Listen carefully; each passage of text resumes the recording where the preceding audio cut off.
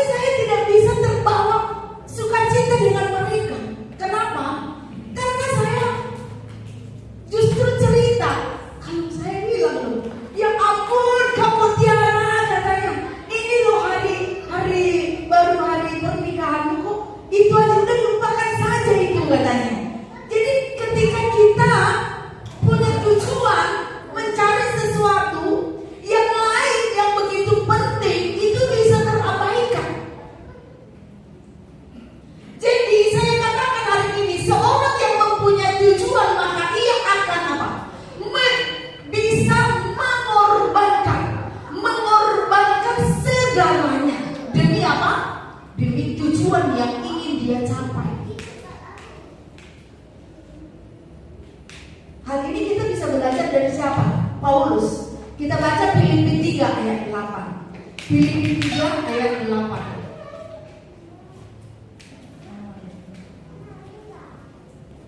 Filipi 3 ayat 8. Baik, sudah ketemu semuanya?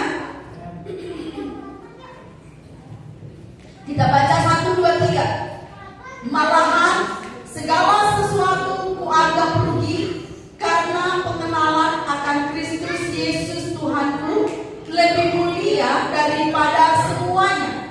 Oleh karena dialah aku telah melepaskan semuanya itu dan menganggapnya sampah supaya aku memperoleh Kristus. Artinya Bapak Ibu, segala yang dia punya, segala yang dia miliki, segala yang dia capai, dia bisa lepaskan segalanya. Segala yang bernilai bagi dia, segala yang penting bagi dia, semuanya bisa dia lepaskan. Bahkan dia lihat seperti sampah. Padahal itu adalah hal yang penting. Bapak Ibu, kita tahu bahwa Rasul Paulus ini adalah seorang yang terkemuka. Dia ahli Taurat yang terkemuka. Dia seorang yang berpendidikan tinggi, Bapak Ibu. Semua yang dia capai, yang dia miliki, dia katakan dia lihat seperti sampah. Kenapa bisa begitu? Karena dia tujuannya sudah berubah. Tadinya kenapa seseorang bisa memiliki pendidikan yang tinggi?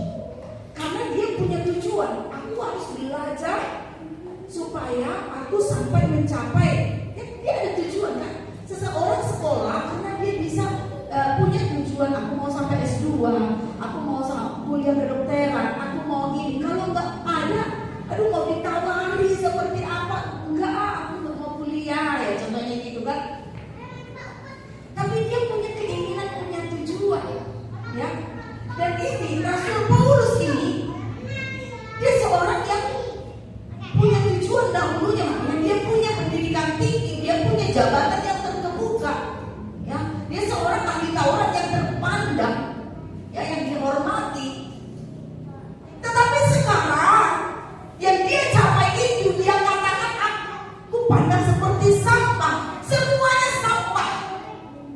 Kenapa? Karena dia sudah punya tujuan yang baru. Apa tujuannya?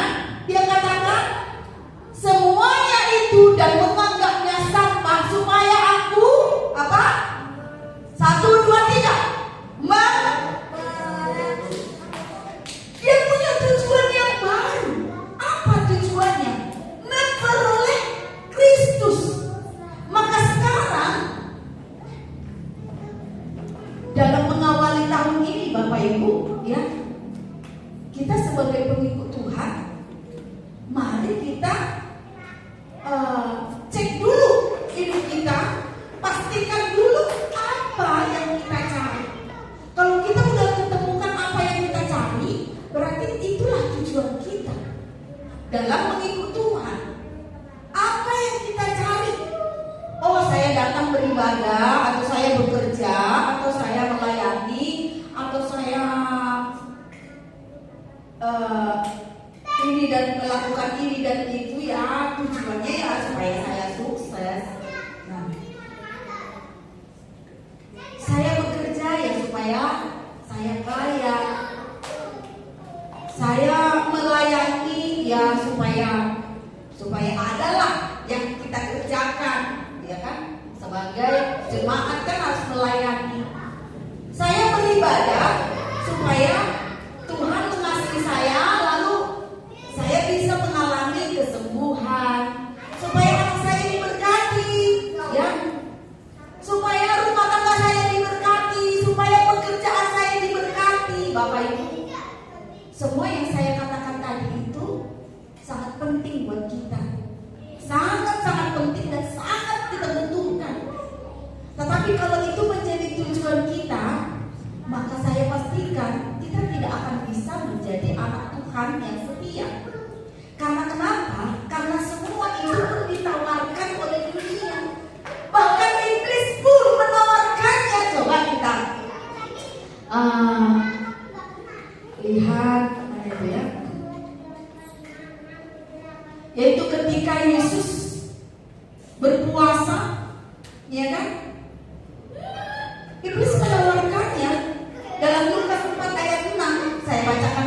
Bapak Ibu Saudara, untuk kita semua. Kata iblis kepadanya, segala kuasa itu serta kemuliaan yang akan kuberikan kepadamu. Jadi apa yang kita cari yang menguntungkan menurut kita, semua yang saya katakan tadi itu ditawarkan oleh dunia juga, ditawarkan oleh iblis juga. Jadi ketika kita datang kepada Tuhan supaya kita sembuh, lalu kalau nggak sembuh gimana? Ketika kita datang kepada Tuhan supaya anak kita diberkati, atau pekerjaan kita diberkati, atau rumah tangga kita diberkati, lalu kalau tidak diberkati, kita tidak melihat ada berkatnya, gimana? Apa kita mau tinggalkan Tuhan? Dan ketika kita pergi keluar, kita bisa dapat kesembuhan loh. Contohnya ke terapi atau ke sinse atau ke mana lagi, ke dukun. Mungkin ada yang masih pergi ke dukun hari ini, ya. Ada dari luar sana yang menawarkan itu. Jika itu yang kita cari Bapak Ibu, maka kita tidak akan ditemukan menjadi orang yang setia kepada Tuhan. Tadi saya katakan, seorang yang mempunyai tujuan akan mengorbankan segalanya untuk mencapai tujuannya. Maka kalau kita ikut Tuhan dan kita tahu sekarang apa tujuan kita, kita boleh meniru Rasul Paulus. Apa tujuan yang harus ada dalam hidup kita? Harus loh, ya. Kalau enggak, berarti kita salah dalam mengikut Tuhan, maka jalan kita pun akan salah. Kalau jalannya salah, berarti kita tidak akan sampai ke tujuan. Apa yang harus menjadi tujuan kita? Apa yang harus kita cari dalam mengikut Tuhan? Dalam awal tahun ini mari kita pastikan, yaitu untuk apa? Kita ke Yohanes tadi dikatakan untuk memperoleh memperoleh Kristus. Jadi tujuan kita ikut Tuhan harus untuk memperoleh Kristus, untuk bertemu dengan Kristus, untuk diperkenan oleh Kristus. Tujuannya hanya untuk Kristus, Bapak Ibu Saudara. Jadi saat kita datang kepada Tuhan seperti ini, tujuan kita hari ini datang ke sini untuk apa? Yang paling penting adalah menemukan Tuhan dalam ibadahnya. Ya, Bapak Ibu bertemu Tuhan tadi, menemukan Tuhan jauh lebih penting daripada acara ibadahnya, daripada kehebohan tim praise worshipnya, daripada kehebatan pendetanya. Lebih penting kita pastikan menemukan Tuhan. Lah, gimana Bu menemukan Tuhan kalau ibadahnya nggak enak? Kan itu semua tuh harus didukung tim praise dan worship yang bagus. Bapak Ibu, seperti tadi, kalau kita sudah tetapkan di dalam hati kita, aku datang untuk mencari Tuhan, ya, aku datang untuk ketemu dengan Tuhan, maka yang lain, walaupun itu faktor pendukung, tidak terlalu menjadi pengaruh buat kita. Karena kenapa? Ketika kita masuk, duduk, kita udah fokus mencari untuk menemukan Tuhan. Seperti Rasul Paulus, dia tidak diganggu lagi dengan kepentingan lainnya yang dia ingin capai. 1 tahun kita sudah lewati Bapak Ibu. Sekarang dia berikan lagi kita tahun 2026. Tahun 2026 kita udah lewati tahun 2025. Mari saya mengajak seluruh jemaat Tuhan, mari saya juga mengajak mari kita semua perbaiki tujuan kita datang kepada Tuhan. Ketika Paulus mempunyai tujuan untuk memperoleh Kristus, maka yang lain tidak menjadi lebih penting daripada ketemu Tuhan. Ketika Paulus punya tujuan untuk Kristus, maka dia menjadi orang yang paling semangat. Untuk apa? Paling semangat dalam mengikut Tuhan, dalam melayani Tuhan, sampai dibandingkan dia dengan atlet, ya. Seorang atlet mana bisa dalam pertandingan sebentar semangat, sebentar enggak bisa. Sampai dibandingkan seorang yang masuk dalam pertandingan semangatnya harus full sampai selesai, enggak bisa semangat sebentar ya, istirahat dulu sebentar ya, ngaso dulu ya, kipas-kipasan dulu, enggak bisa Bapak Ibu. Itulah yang dilakukan oleh seorang yang punya tujuan. Bahkan kita melihat ada pertandingan-pertandingan itu yang ada film apa itu yang sakit. Walaupun kakinya sakit, dia berjuang sekuat mungkin. Dia tidak bilang, aduh kakiku sakit, ya instruksi dulu ya, saya mau keluar dulu, nggak ada. Ketika Paulus punya tujuan, maka dia menjadi seorang yang disiplin. Disiplin, tekun, semangat. Bahkan dalam penderitaan pun, dalam menghadapi pelayanannya. Pelayanan Rasul Paulus itu dia sering berada dalam bahaya. Gak santai Paulus, dia orang hebat, tetapi pelayanan dia bukan seperti zaman-zaman sekarang. KKR hebat, terjadi kuasa kesembuhan, lalu banyak orang yang mengeluh-elukan. Enggak, Paulus itu selalu terancam nyawanya. Itulah dia sebabnya dia berkata dalam Filipi 1 ayat 21, hidup adalah Kristus dan mati adalah keuntungan. Bagi dia sudah siap. Jadi mengikut Tuhan ternyata sudah harus siap. Oleh karena itu Bapak Ibu Saudara, jemaat yang luar biasa yang diberkati oleh Tuhan, yang berlimpah dalam segala kemurahan, buktinya hari ini kita ada. Saya pun masih ada hari ini. Saya rasa itu adalah satu keajaiban Bapak Ibu. Ya, mari di tahun yang baru ini kita pastikan apa yang aku cari. Ya. Apa yang saya cari? Pastikan saat melakukan apapun. Kalau saat bekerja yang aku cari adalah uang, kemungkinan kita bisa korupsi karena tujuannya uang, kan? Tapi yang aku cari adalah Tuhan. Maka di dalam pekerjaan itu akan memuliakan Tuhan. Saat kita ibadah, apa yang kita cari? Teman, sosialisasi, apalagi ibadah yang penuh kuasa, yang ada hamba Tuhan yang bisa bernubuat, yang apa segala macam gitu. Terus kalau nggak ada bagaimana Bapak Ibu?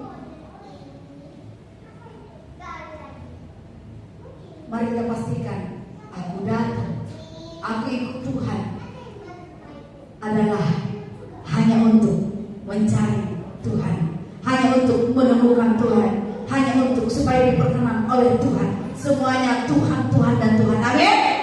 Amin. Maka kita akan semangat Bapak Ibu. Kita akan setia. Kita tidak akan maju mundur. Ketika ada mulai ada mundur, kita ingat lagi, aku ini di sini untuk Tuhan. Ya. Dan percayalah Bapak Ibu, ayat terakhir yang kita harus baca hari ini, Matius 6 ayat 33. Mungkin tidak perlu buka ya, hafal mungkin semua ya. Coba saya tes dulu, 1, 2, 3. Matius 6 ayat 33. 1, 2, 3. Apa? Kok itu yang dibaca? Carilah. Siapa yang ini? 1, 2, seperti kor ya. 1, 2, 3.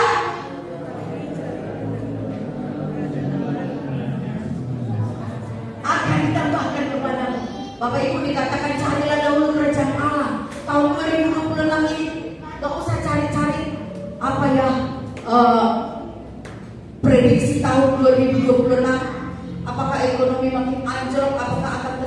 banjir di mana-mana lagi, nggak usah cari itu, ya. Tapi dikatakan carilah dahulu kerajaan Allah dan kebenarannya, maka semuanya akan ditambahkan kepadamu.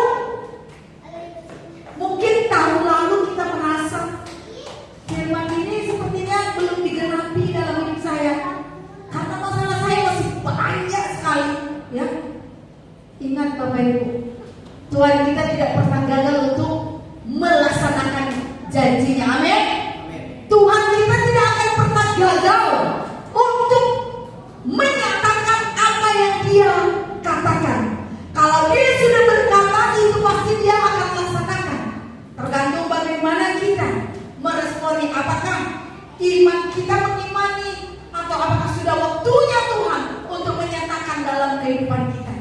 Jadi oleh karena itu, tahun yang baru ini pastikan apa yang kita cari, supaya jangan salah dalam mengikut Tuhan, supaya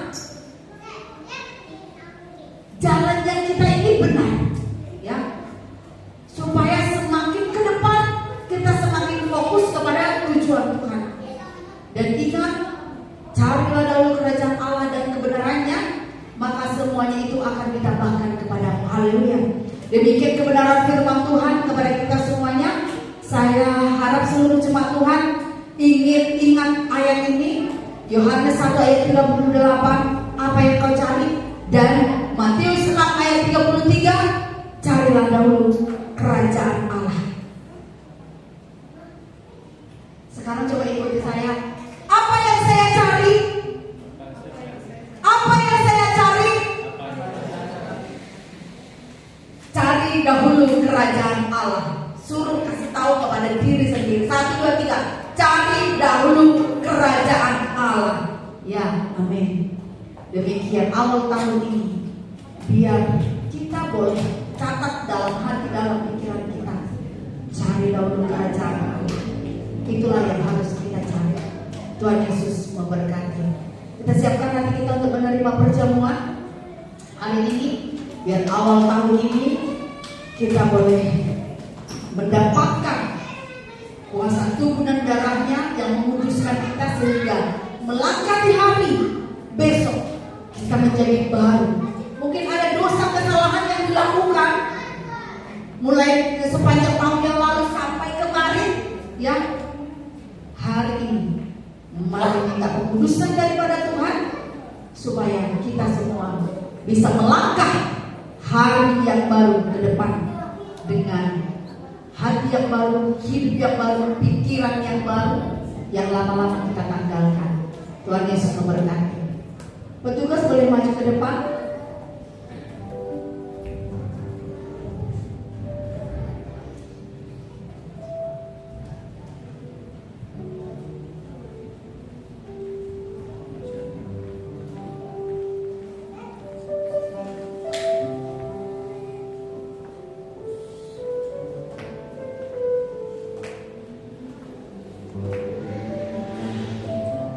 Mari jemaat Tuhan, bangkit berdiri, arahkan tanganmu kepada perjamuan, kita akan berdoa bersama. Haleluya. Terima kasih Bapa, dalam awal tahun ini kami mau menerima persekutuan tubuh dan darah-Mu. Di dalam nama Yesus, di hadapan kami ada perjamuan. Kami minta kuasa-Mu, kuduskan, berkati, supaya ketika kami bersekutu dengan perjamuan ini, kami benar-benar bersekutu dengan tubuh dan darah. Di dalam nama Tuhan Yesus kami berdoa dan mengucap syukur. Haleluya. Amin.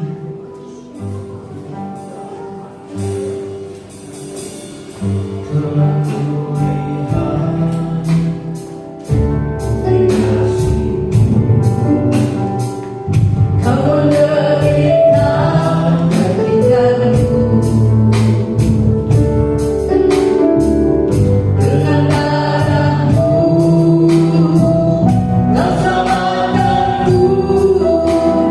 hidupku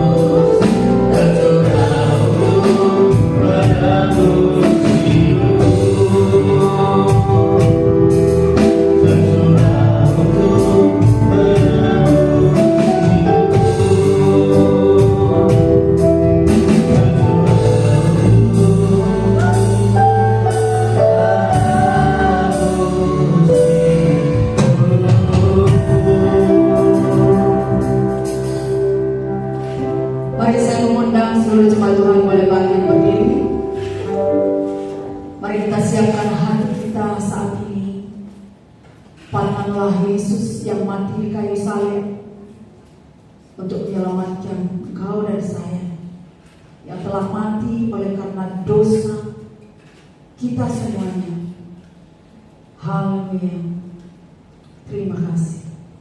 Biar dalam awal tahun ini kita boleh memasuki tahun yang baru, hati yang baru, pikiran yang baru, kehidupan yang baru, di dalam nama Tuhan Yesus. Haleluya. Semangat yang baru, antusias yang baru, tujuan yang baru. Mari kita angkat roti di tangan kanan kita. Terima kasih. Haleluya. Percayakah Bapak Ibu Saudara bahwa roti yang di tangan kanan kita benar-benar adalah persekutuan dengan tubuh Tuhan Yesus Kristus? Amin. Amin. Mari bersekutu dengan tubuhnya di dalam nama Tuhan Yesus.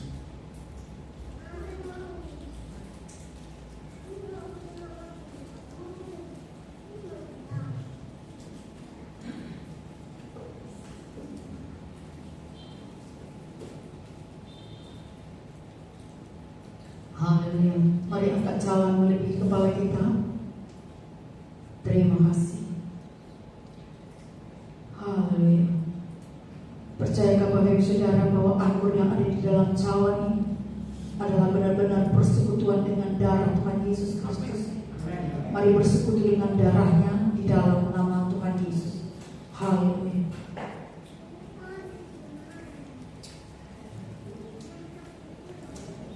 Mari kita sama-sama ucapkan syukur kepada Tuhan. Terima kasih Tuhan, waktu dan darahmu yang mengalir di dalam kami, menyucikan, menguduskan, memberkati. Oh haleluya. Terima kasih. Kami percaya ketika kami bersekutu dengan tubuh dan darah, maka kami menerima kekayaan ilahi. Kami menerima tubuh yang baru, tubuh yang dikuduskan, tubuh yang disucikan. Kami menerima pikiran yang dikuduskan, pikiran yang disucikan. Kami menerima hati yang baru di dalam nama Tuhan Yesus Kristus. Darah Yesus telah bekerja di dalam kehidupan kami saat ini. Dalam nama Yesus menyucikan hidup kami, memperlengkapi kami dengan roh yang baru dalam nama Tuhan Yesus, dengan kesehatan yang baru, dengan kekuatan yang baru dalam nama Tuhan Yesus, dengan rencana yang baru, visi yang baru dalam nama Tuhan Yesus. Terima kasih. Terima kasih kami terima roh takut akan Tuhan, roh keberanian, roh keperkasaan untuk lebih sungguh lagi di hadapan Tuhan. Dalam nama Yesus kami berdoa dan mengucap syukur. Terima kasih. Haleluya. Mari kita sama-sama katakan amin. Tuhan Yesus memberkati. Silakan duduk kembali.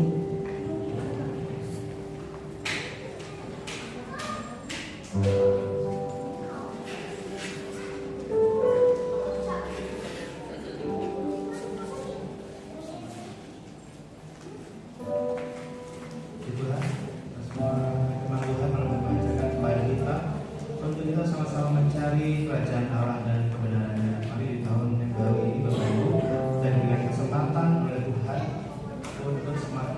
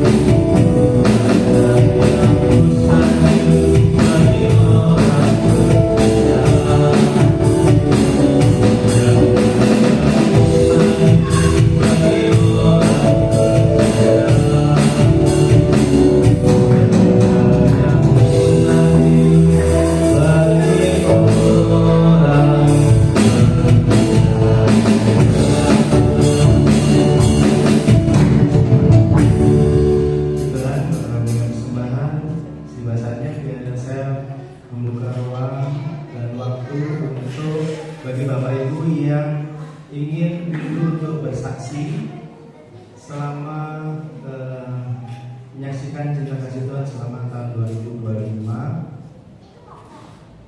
Mungkin ada Bapak Ibu yang ingin bersaksi, saya persilahkan. Ya.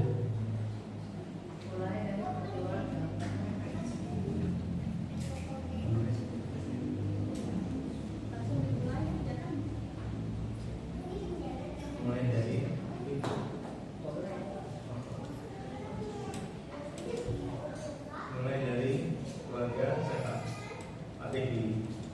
Ada Pak Tekli yang mau disaksikan? Biasanya Pak Tekli ini paling rajin di Komsel ini.